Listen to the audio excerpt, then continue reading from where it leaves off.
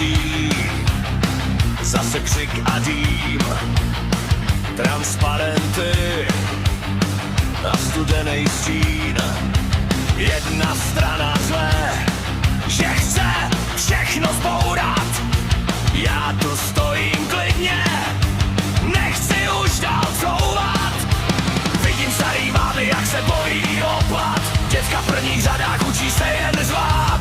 Kdo jim zítra řekne, kam ta zem má jít, když je slyšet jenom kdo umí nejvíc křičet, cítit, být.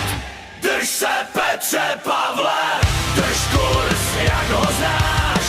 Když se silnicí valí cizí zlost, tak křik a strach.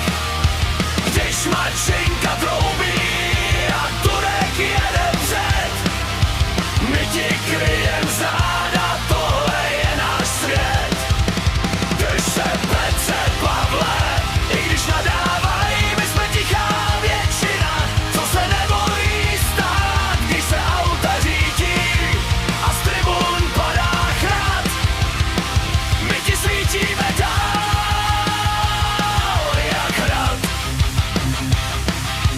Kolony a vlajky pěstě v oknech aut, hurá slova v éteru, levnej vztek a prach.